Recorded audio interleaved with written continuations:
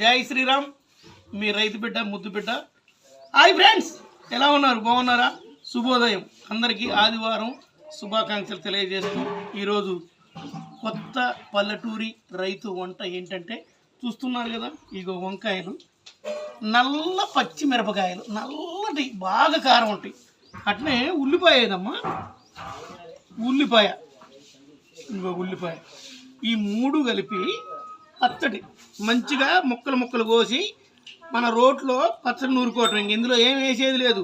ఉప్పు కొంచెం వేసి పచ్చిమిరపకాయలు వేసుకొని కొద్దిగా పసుపు వేసి పచ్చడి నూరును అనుకో, చాలా బాగుంటుంది పచ్చడి. అంటే వెనకటి తినేవాళ్ళు ఈ వంకాయ తినటం వల్ల ఏంటంటే ఆరోగ్యం మంచిగా ఉంటుంది, చాలా బాగుంటుంది, మంచి అరుగుదల, చాలా బాగుంటుంది అనమాట.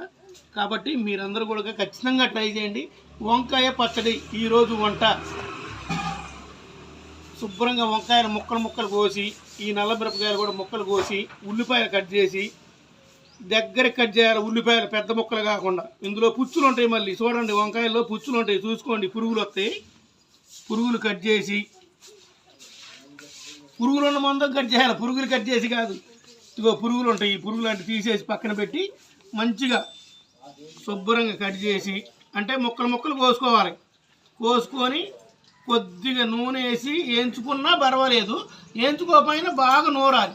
నూరుకొని మిక్సీలో కాకుండా నూరుకొని మంచిగా కొద్దిగా ఉప్పు వేసి, ఆల్రెడీ మనం పచ్చిమిరపకాయలు వేసినాం కాబట్టి ఉప్పు కొద్దిగా వేసి లైట్గా, అంటే కొద్దిగా పసుపు వేసుకోవాలి.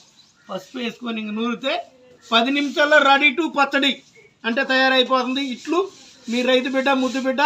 జై శ్రీరామ్. ఖచ్చితంగా లైక్ చేయండి, షేర్ చేయండి, సబ్స్క్రైబ్ చేయండి. జై శ్రీరామ్.